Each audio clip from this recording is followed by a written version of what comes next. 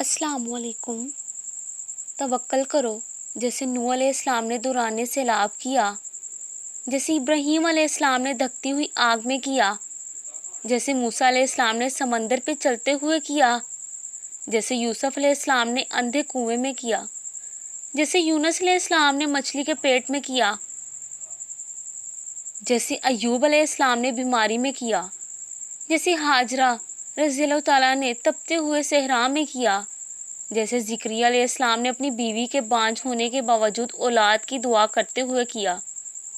بس یقین رکھو، اندھا یقین، پھر دیکھو کیسے مقدر بدلتے ہیں، کیسے آزمائشوں کے پہاڑ ریزہ ریزہ ہوتے ہیں، کیسے موضوع کے دروازے کھلتے ہیں۔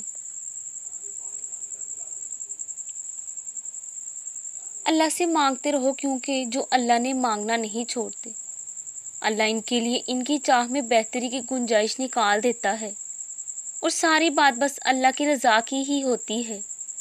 پھر چیزیں ہوں یا لوگ، کھوئے ہوئے سب واپس مل جاتے ہیں۔